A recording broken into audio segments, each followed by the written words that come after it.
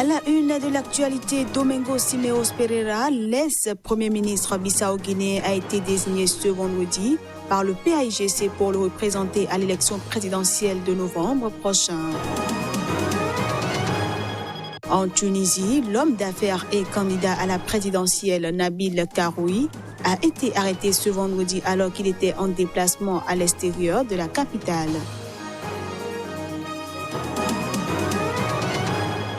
Et puis, après plus d'un an de débat, les plaidoiries de la défense se sont achevées ce vendredi au procès du putsch manqué de septembre 2015 au Burkina Faso.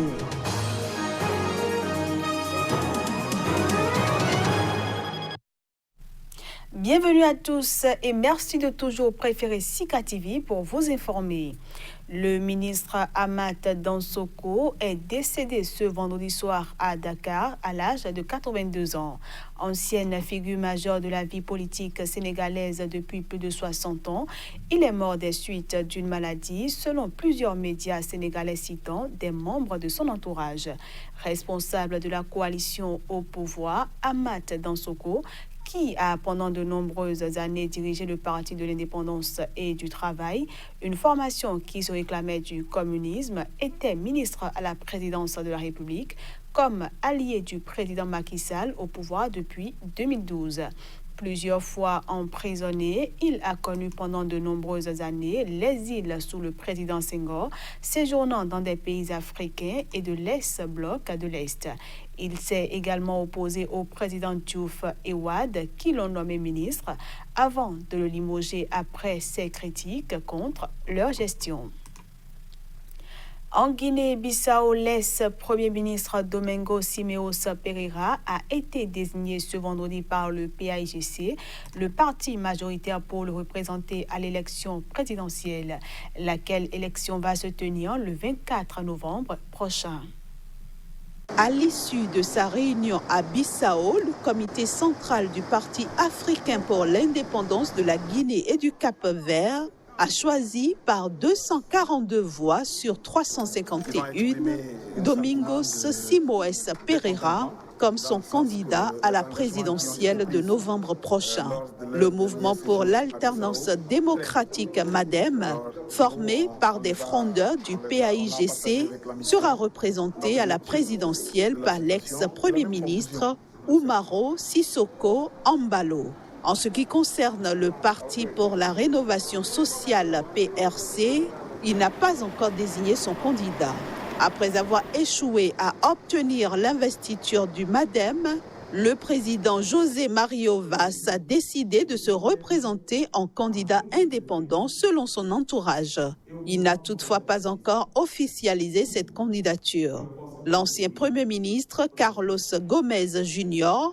a annoncé le 9 août qu'il se présenterait comme candidat sans étiquette, 7 ans après avoir été renversé par un putsch avant le second tour du scrutin dont il était largement donné vainqueur. Un autre prétendant, Nuno Nabiam, candidat malheureux en 2014 face à Vaz, défendra pour sa part les couleurs d'une petite formation alliée au PAIGC. Un des principaux candidats à la présidentielle du 15 septembre prochain est sous les verrous. Nabil Karoui, puisque c'est de lui qu'il s'agit, a été arrêté ce vendredi alors qu'il était en déplacement à l'extérieur de la capitale tunisienne. L'homme d'affaires Nabil Karoui, l'un des principaux candidats à la présidentielle en Tunisie, a été arrêté ce vendredi. Dans le nord-ouest du pays, ont annoncé son parti Kalk Tounes et la chaîne de télévision Nesma TV, dont il est propriétaire. Sous le coup d'une procédure depuis 2016, Nabil Karoui avait été inculpé au début de l'été pour blanchiment d'argent avec son frère, mais il avait été laissé en liberté. Les seules réserves posées par le juge d'instruction concernaient une interdiction de voyager et le gel de ses avoirs financiers. Sur ces 2 points, ses avocats ont fait appel. Suite à son arrestation ce vendredi, ses avocats dénoncent une mascarade et une procédure qui violent à la fois le code de procédure pénale et la constitution tunisienne. La défense du candidat déposera donc un pourvoi en cassation sans attendre dès lundi. Elles dénoncent une arrestation politique liée à la popularité de leurs clients. En attendant d'autres développements, la candidature de Nabil Karoui reste valable tant qu'une décision de justice ne la compromet pas, précise de son côté l'ISI, l'instance supérieure des élections.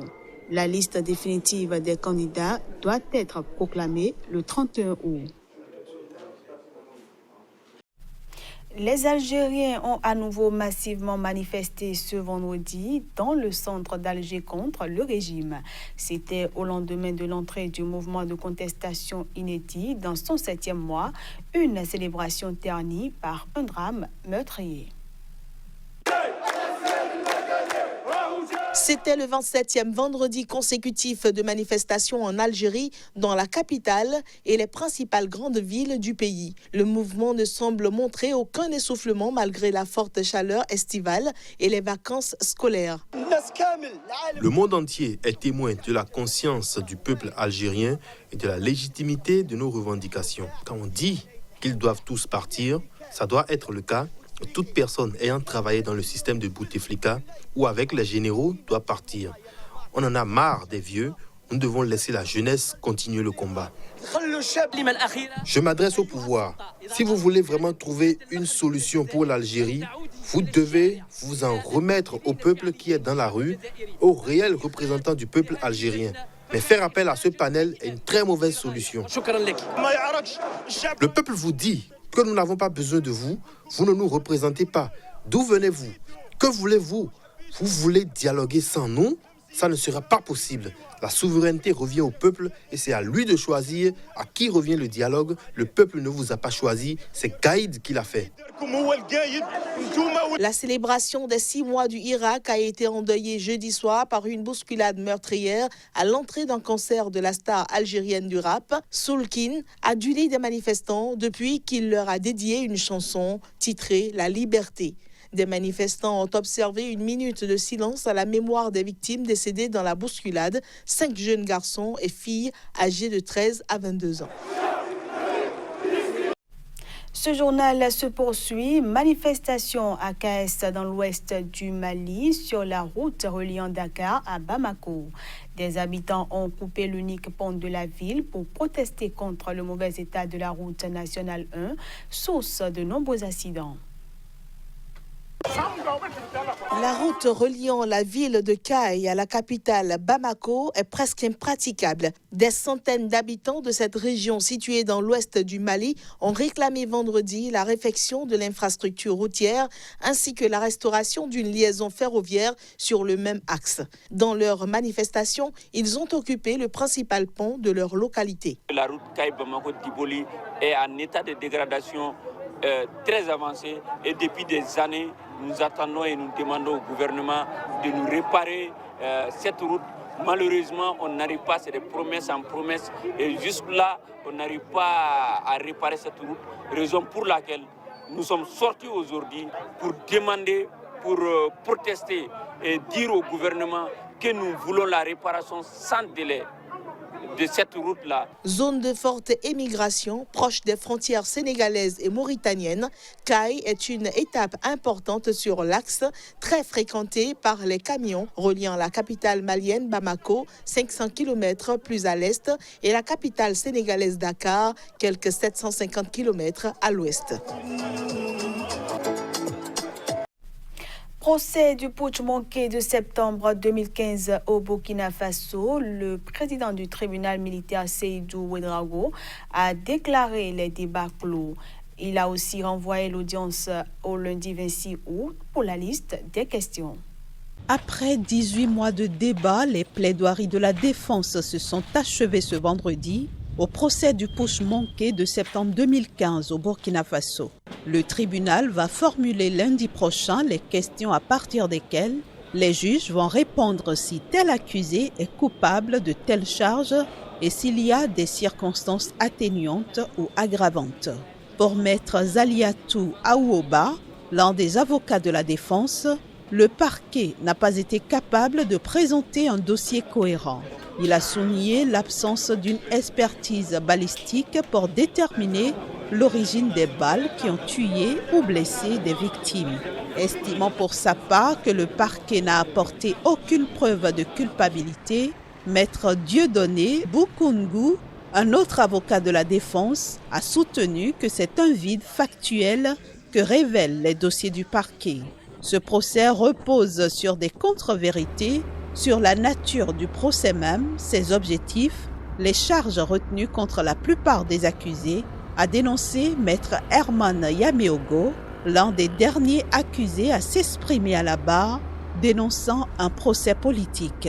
Appelant le tribunal à rendre justice, Guy Hervé Kam, l'un des avocats de la partie civile et figure de la société civile au Burkina, s'est en revanche félicité de la bonne tenue du procès. Le parquet militaire a réitéré ses réquisitions contre les accusés, estimant que les gens ont persisté dans la dégénération après la plaidoirie de leur conseil.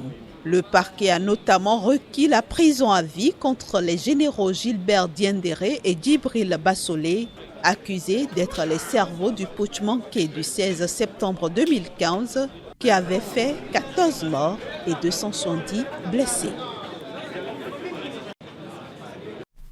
Pour finir cette édition, l'équipe féminine de football soudanais Tahadi s'entraîne à Khartoum. Ceci en prévision du tout premier championnat féminin de football du pays qui débutera le mois prochain. Pour la première fois de son histoire, le Soudan va lancer un championnat féminin de football en septembre. L'annonce de ce championnat féminin est intervenue le même jour que l'intronisation du Conseil souverain de Soudan, remplaçant le Conseil militaire de transition au pouvoir depuis le renversement du président Omar el-Béchir. Avant la révolution, il y a un an, je n'aurais jamais pu m'imaginer jouer dans une équipe de football féminin, ni même m'imaginer pouvoir pratiquer le sport que j'aime. Les femmes soudanaises étaient soumises à de nombreuses restrictions et ça n'était pas possible de jouer au football.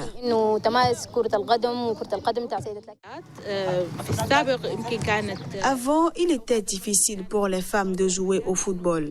Il y avait de nombreuses complications qui les empêchaient de pratiquer cette activité. Mais maintenant, tout le monde attend avec impatience une nouvelle réalité et de nouvelles ambitions. Aujourd'hui, la société est devenue plus réceptive à cette idée et plus ouverte à la participation des femmes dans tous les domaines de la vie. Un total de 18 clubs divisés en 3 régions participeront à cette nouvelle compétition. Une sélection nationale féminine du Soudan est par ailleurs en projet pour représenter le pays dans les compétitions internationales. Et voilà, mesdames, messieurs, c'est sur cette dernière information que prend fin cette édition que je vous remercie d'avoir suivi. Excellent week-end à tous en compagnie des programmes de Sika TV.